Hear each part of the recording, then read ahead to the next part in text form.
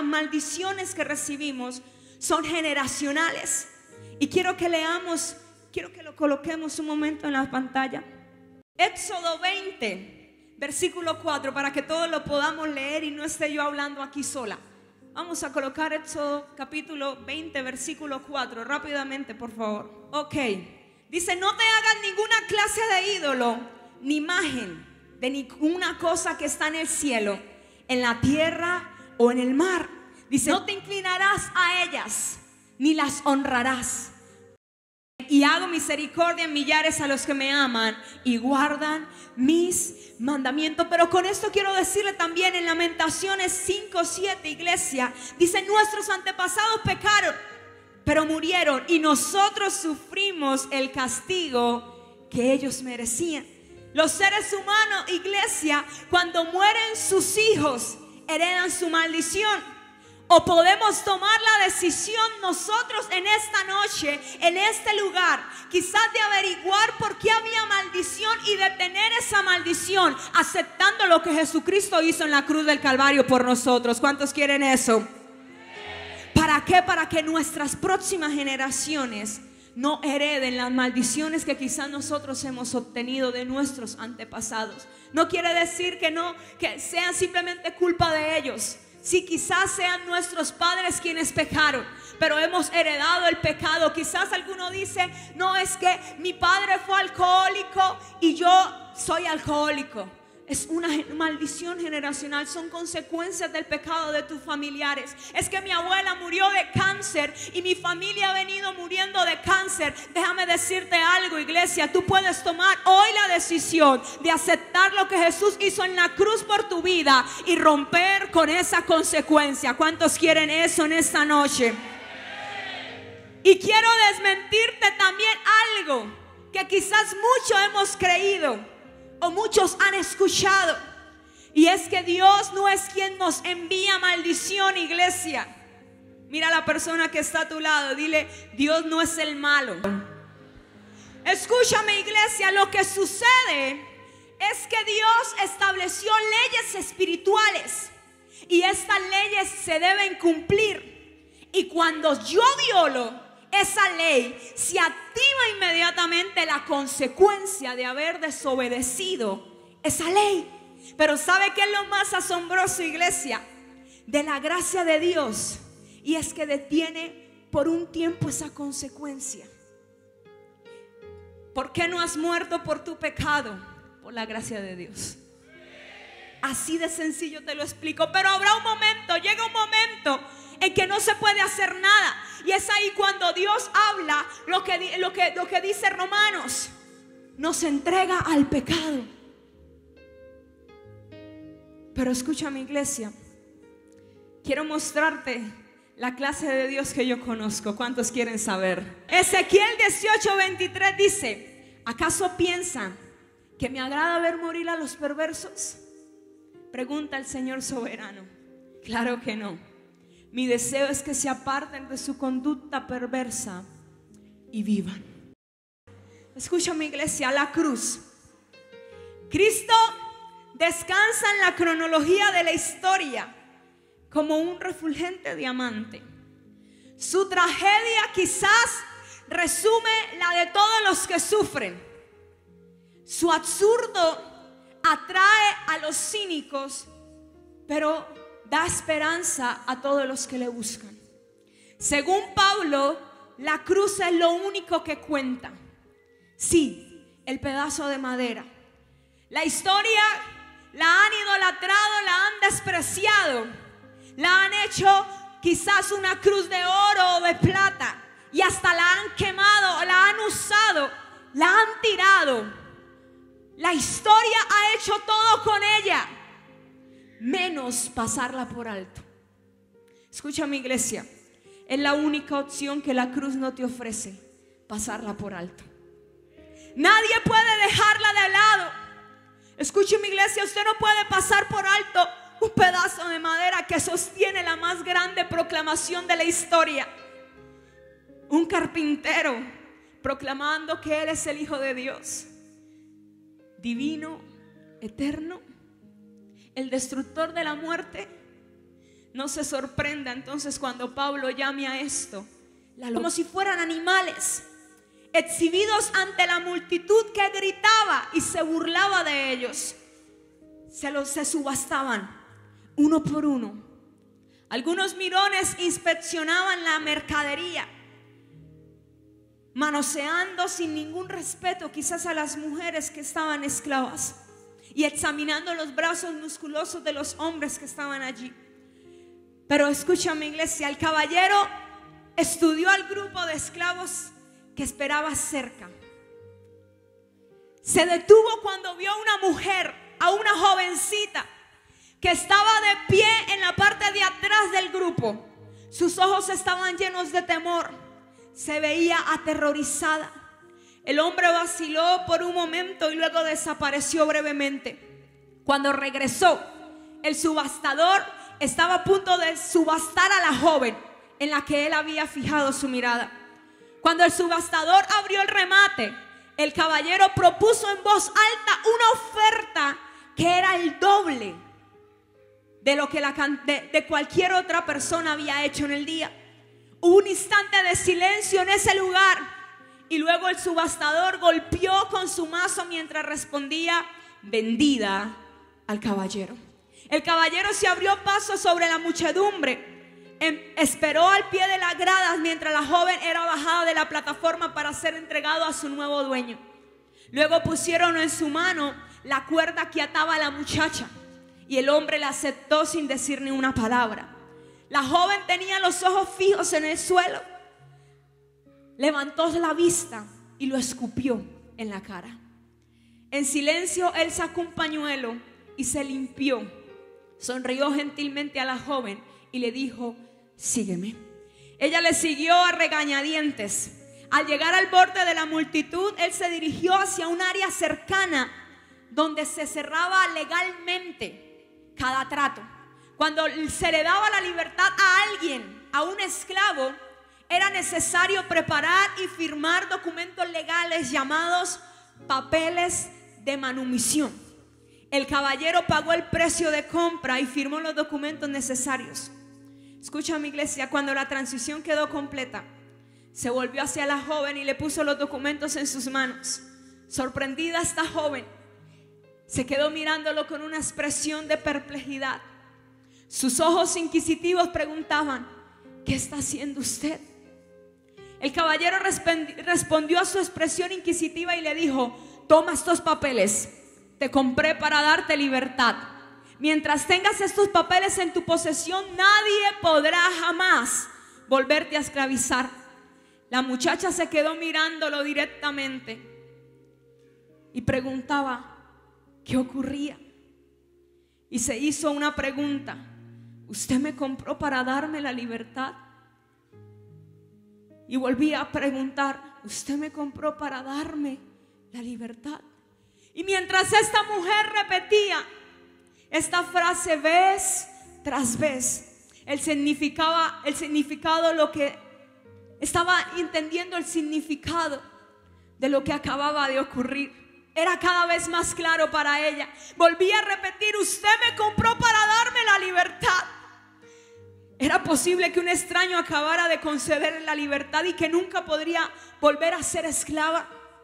A medida que ella empezaba a captar el significado de los documentos que ahora tenía en su mano, cayó de rodillas y rompió a llorar a los pies del caballero. En medio de sus lágrimas de alegría y gratitud, ella volvió a decirle: usted me compró para darme la libertad. Y con alegría le dice: le serviré para siempre. Escucha, mi iglesia, usted y yo fuimos una vez esclavos del pecado, pero el Señor Jesús pagó el precio más alto para ponernos en libertad. Pero Jesús pagó el precio más alto para que tú y yo fuéramos libres. Escúchame, iglesia, Él te dio libertad por medio de lo que Jesucristo hizo en la cruz del Calvario. Esto es lo que la Biblia llama redención. Efesios 1:7 dice en quien tenemos redención por su sangre, el perdón de pecados. No merecíamos ser libres, pero eso es lo que a Pablo se refería cuando escribió: porque había sido comprado por precio. Glorificad pues a Dios en vuestro cuerpo y en vuestro espíritu, los cuales son de Dios. Escucha, mi iglesia, la sangre de Jesús no se regó, no fue derramada, no fue un accidente. El Señor escogió morir en nuestro lugar, derramando su preciosa sangre a nuestro favor. Jesús dijo en Mateo 20:28: y el Hijo del Hombre no vino para ser servido, sino para servir y para dar su vida en rescate por muchos. La cruz, en eso se resume el evangelio. Cristo no vino para hacernos ricos o para hacernos simplemente buenos hombres. Vino para salvarnos de una eternidad sin Él por causa del pecado. Como dice Juan 3:17, Dios no envió a su Hijo al mundo para condenar al mundo, sino para salvarlo por medio de Él.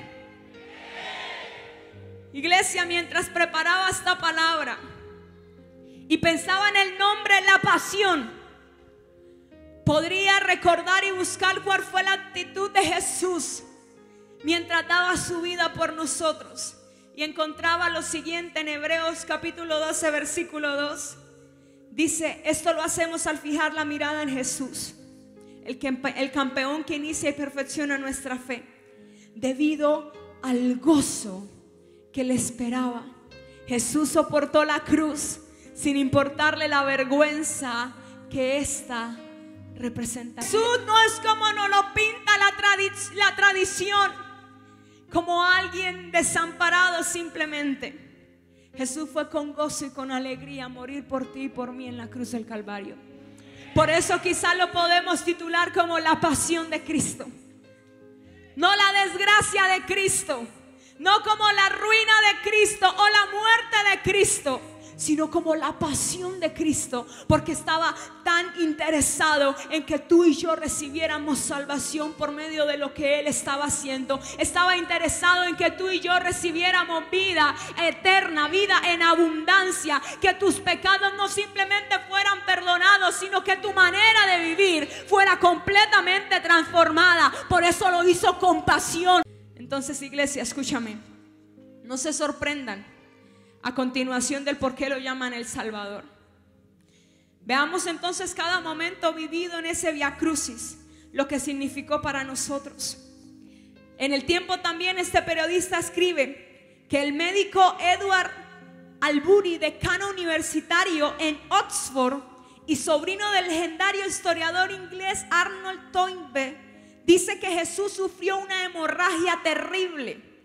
50 años después, a mediados del siglo I, el gran filósofo Séneca, que era profesor del emperador Nerón, escribió esta frase: no soy cristiano, pero me estremezco al pensar que Jesús murió lentamente, gota a gota, como su propia sangre. Escucha, mi iglesia, cada uno de los derramamientos de la sangre de Jesús se convirtió en una conquista más que el Señor nos ha entregado para cada uno de nosotros. Y todo cristiano debe conocer muy bien las armas que posee y volverse diestra con ellos. Como dice Apocalipsis 12:11, y ellos le han vencido por medio de la sangre del Cordero y de la palabra del testimonio de ellos, y menospreciaron sus vidas hasta la muerte. El apóstol Juan, le voy a explicar qué está diciendo acá. Menciona 3 armas poderosas que provocan el desalojo del adversario del reino espiritual. La primera arma tiene que ver con la sangre que Jesús derramó por nuestra redención. La segunda arma con la confesión que nosotros hacemos de lo que la sangre de Jesús hizo por nosotros. Y la tercera es una vida rendida delante de Dios. Por eso, alguien que se encuentra con la cruz, su primera respuesta es: Señor, yo quiero servirte.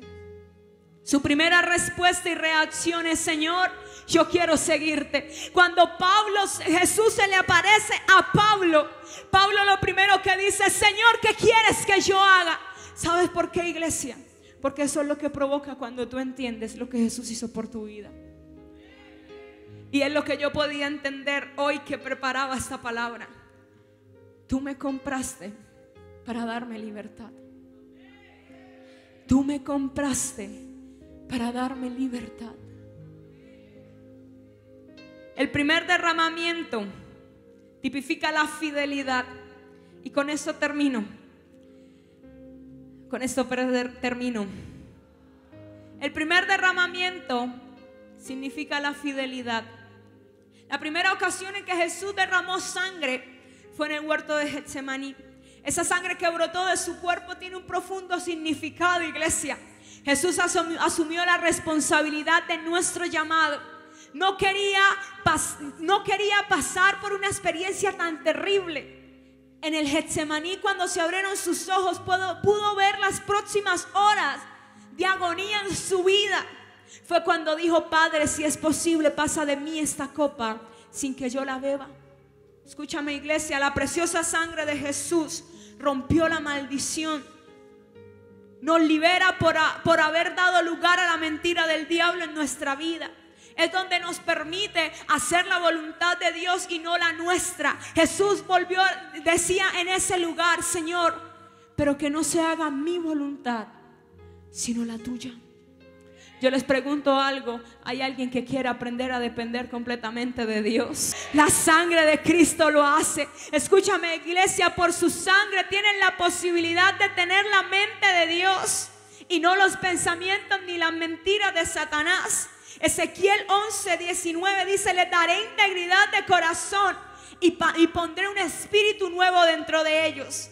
Les quitaré su terco corazón de piedra y les daré un corazón tierno y receptivo para que obedezcan mis decretos y ordenanzas. Entonces verdaderamente serán mi pueblo y yo seré su Dios. Esta sangre nos libera de las palabras de maldición y mentiras que otros han dicho en nuestra vida.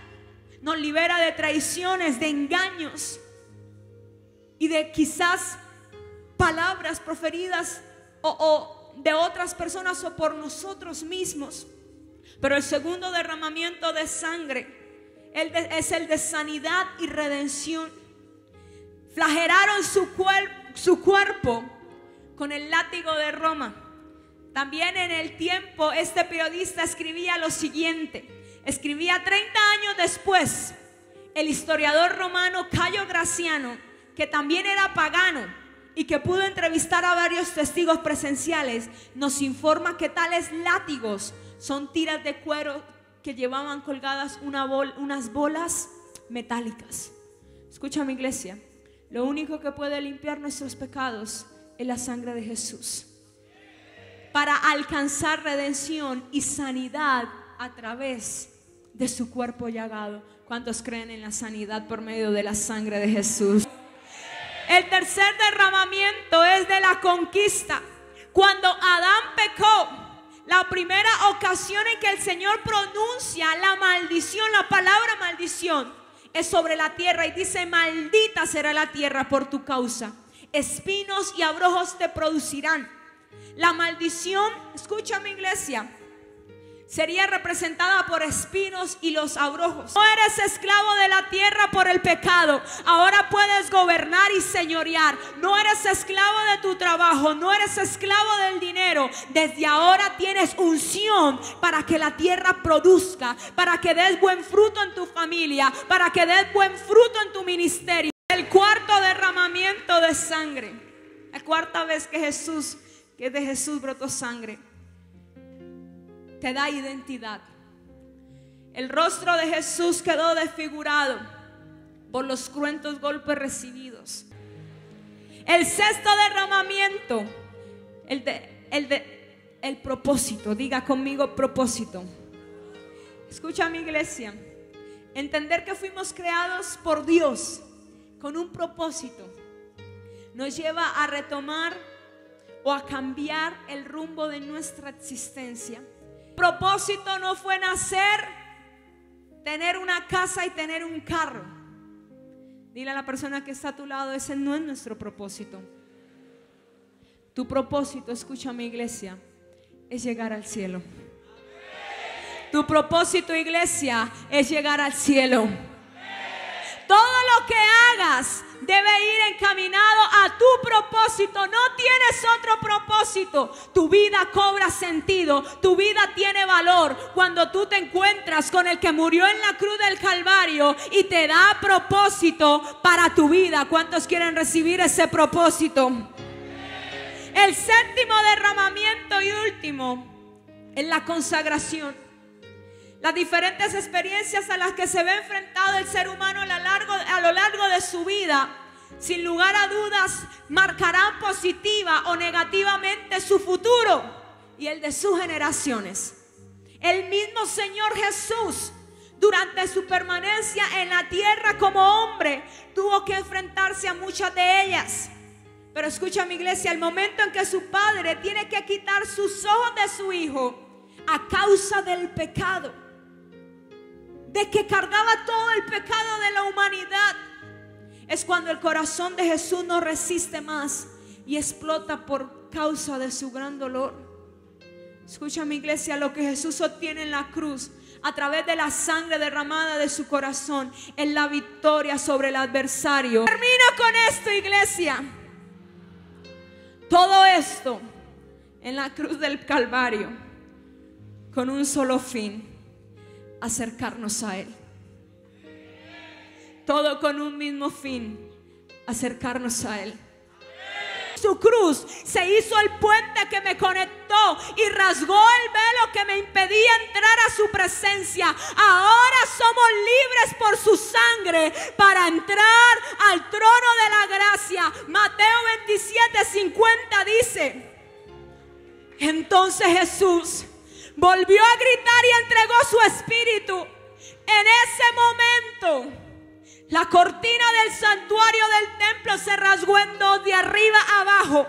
La tierra tembló, las rocas se partieron en dos, las tumbas se abrieron, los cuerpos de muchos hombres y mujeres justos que habían muerto resucitaron. Escucha, mi iglesia, somos libres.